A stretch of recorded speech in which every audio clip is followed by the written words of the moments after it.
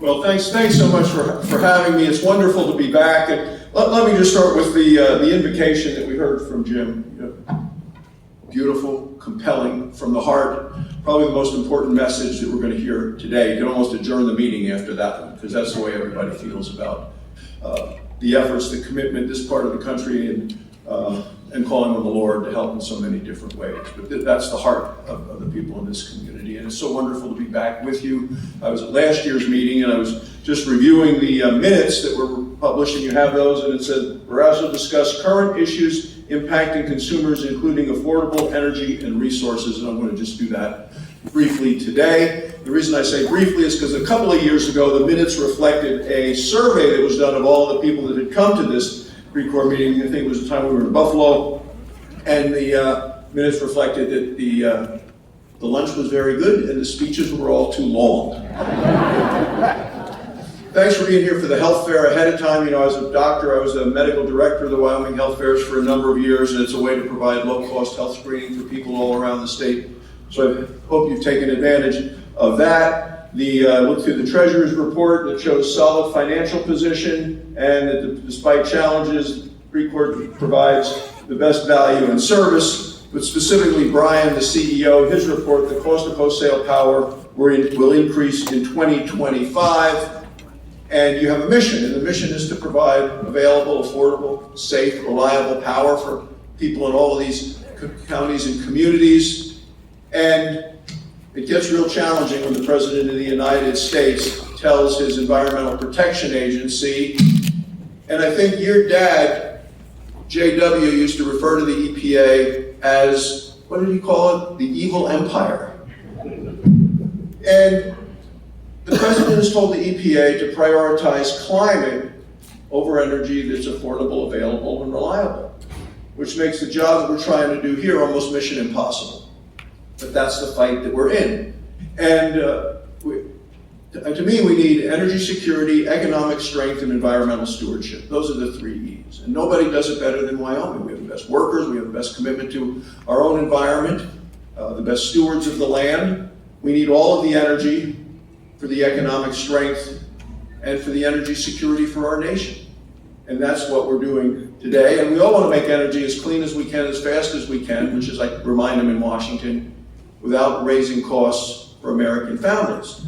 So when I was coming in and Ruben said to me, hey, how are things in Washington? I said, look, it's always better in Wyoming, always. There is no place I would rather be on any given weekend than in Wyoming, traveling the state, visiting with people, seeing what's on people's mind. That's the way that I think we have great representation in the state, and Cynthia and Harriet and I work very closely together. We're all rowing in the same direction. And a lot of us trained under Mike Enzi, and Mike used to carry this book around with him, and I have it with me today, because he gave me a copy, and it's called Hidden America, From Coal Miners to Cowboys, and those are the things we prayed about this morning, from coal miners to cowboys, an extraordinary exploration of the unseen people who make this country work. And the elitists on the coast don't have a clue where their food comes from or where their energy comes from. They just don't know, and that's the way we see us in Washington, the delegation, fighting for these hidden Americans and fighting for our way of life and fighting for the resources that the country continues to need. So that's what we're doing. And Wyoming is America's energy breadbasket. We have it all. The oil, the gas, the coal, uranium for nuclear power, and we have renewable. I mean, we even prayed about this world-class wind that we deal with on a regular basis. We have it all, and we need it all. And Wyoming produces about 14 times the amount of energy that as a nation, and as a state that we need. So we have it, our neighbors want it, we're going to continue to provide that as long as Washington, we can keep them out of the way. And this is a community better than most. You talk about the cowboy code, live each day with courage, take pride in your work, do what needs to be done. That's what we do here in Wyoming and are going to continue to do. So I was in Laramie on Thursday. Many of you remember Al Simpson, the former senator from Wyoming. They dedicated a building to him, and we were there and I was giving a talk. And for those of you who might have gone to the university and been to DC, I have a picture on the wall in the office in DC about a speech. John Kennedy, who was president in 1963, gave a speech at the University of Wyoming in the field house. And it was part of his conservation tour. And he said, and I mentioned this speech when I was at the Simpson thing, and it's because Kennedy said we need to maintain a living balance between man's actions and nature's reactions.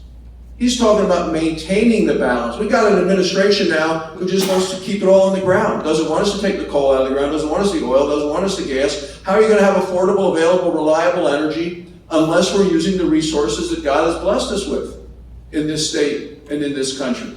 And that's the fight we have as this administration continues to take a sledgehammer to our energy workers, our energy policy, to our energy availability.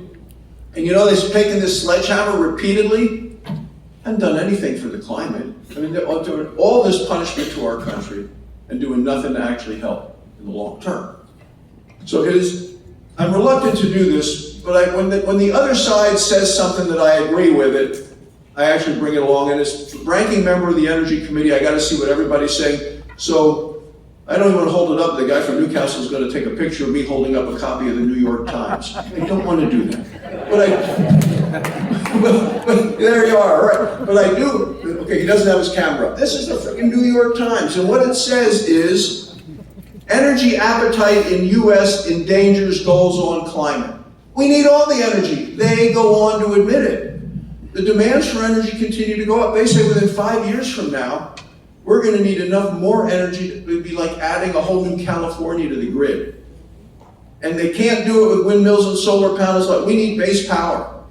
And they go on to talk about coal, natural gas, all of those things, because with AI, artificial intelligence, the demands for energy are going up, with electrification of so many things. That's why we need more and more energy. We have these big data centers, they take a lot of energy. We had a hearing on this in the Energy Committee, and China is saying, hey, the way to win the world is to take over with AI. And AI demands huge amounts of energy for their supercomputers. They're never going to outthink us, but what they may end up actually doing is having the energy to run the computers when we are dealing in a situation of energy poverty. Because whether it's the FERC, the Federal Energy Regulatory Committee, or the NERC, the Reliability Commission, they're both saying we're not going to have the reliable grid, which is the mission of PRE Corp. And that's the fight that we're in every day in Washington. It's interesting to kind of be back there and dealing with all of this, because we now need, you got to get permission and permits to get so many energy projects done. And we've been working on that in the Energy Committee, and we got it passed 15-4 out of the Energy Committee. If you go through the whole thing and you'd say, well, they had to get Republicans and Democrats to be for it, I would say it's a good start. The far left Democrats have called it Frankenstein's monster. Bernie Sanders is against it. The liberal groups have come out against it. They say it sets back climate a whole generation. And I say it's a good start to get us the energy that we need in America. So that's what we're going to continue to do and fight for. Now, for the people that are running for the board and any of the elected officials are here, I would want to give you some advice that would come from one of your constituents, and then I'll leave it with this and finish. And that constituent would be from Upton County. He was the sheriff, Walt Longmire.